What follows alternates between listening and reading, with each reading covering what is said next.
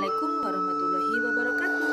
Saya Dr. Afida, calon guru nomor angkatan 10 dari BK Madang, Kecamatan Pesanggeran, Kabupaten Bandung. Video ini memaparkan tugas koneksi antar materi modul 2.1 pembelajaran berdiferensiasi. Apa itu pembelajaran berdiferensiasi?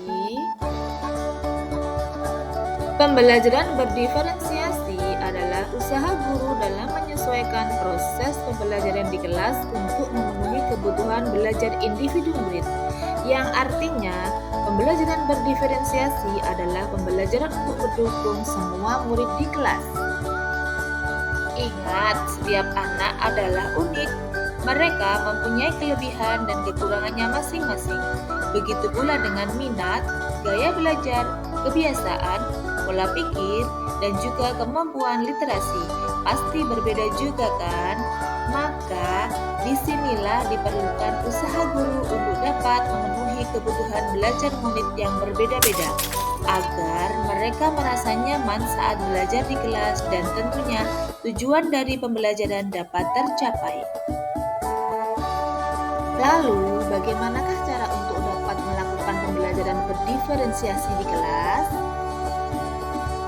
Agar dapat melakukan pembelajaran berdiferensiasi, guru harus memahami tujuan pembelajaran. Selanjutnya, guru harus mengetahui dan merespon belajar murid, menciptakan lingkungan belajar yang mengundang murid untuk belajar, melakukan manajemen kelas yang efektif, dan selanjutnya yang terakhir adalah melakukan penilaian berkelanjutan. Berkaitan dengan kebutuhan belajar murid, guru harus memahami aspek berikut ini.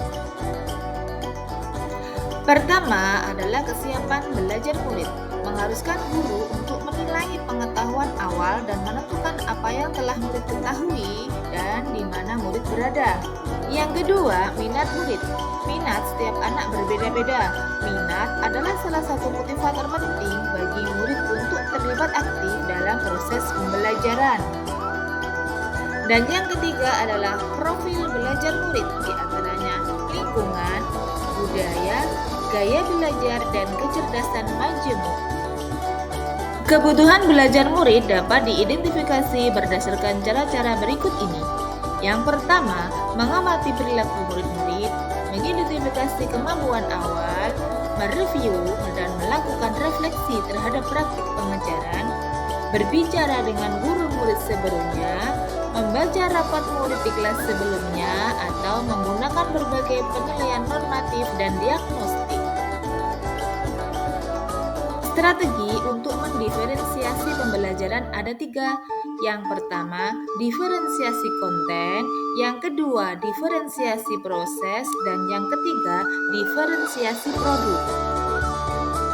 Diferensiasi konten berkaitan dengan apa yang kita ajarkan, seperti materi, konsep, atau keterampilan yang perlu dipelajari berdasarkan kurikulum. Mendiferensiasi konten bisa dilakukan dengan membedakan pengorganisasian atau format penyampaiannya, bukan mengubah atau meningkat standar kurikulum. Diferensiasi proses merupakan kegiatan yang memungkinkan murid berlatih dan memahami atau memaknai konten dengan cara membedakan proses yang harus dijalani oleh murid. Dan diferensiasi produk adalah bukti yang menunjukkan apa yang murid telah pahami dengan cara membedakan atau memodifikasi produk sebagai hasil belajar murid, hasil latihan, penerapan, dan pengembangan apa yang telah dipelajari. Lalu, adakah keterkaitan antara modul pembelajaran berdiferensiasi dengan modul-modul yang lain?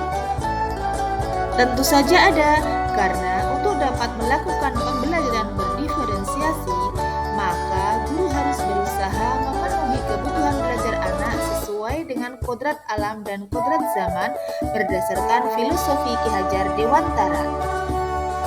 Untuk dapat melakukan pembelajaran berdiferensiasi, seorang guru penggerak harus berpihak pada murid, reflektif, mandiri, kolaboratif, dan inovatif untuk menciptakan pembelajaran berdiferensiasi agar dapat memenuhi kebutuhan murid.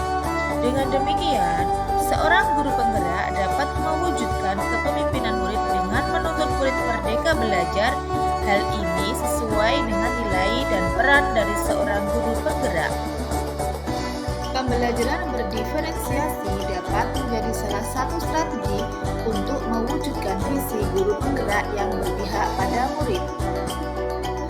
Dan dalam pelaksanaan pembelajaran berdiferensiasi, antara guru dan murid harus ada kesepakatan kelas terlebih dahulu agar proses pembelajaran dapat terlaksana dengan baik dan sesuai dengan budaya positif. Demikianlah pemaparan koneksi antar materi modul 2.1. Terima kasih.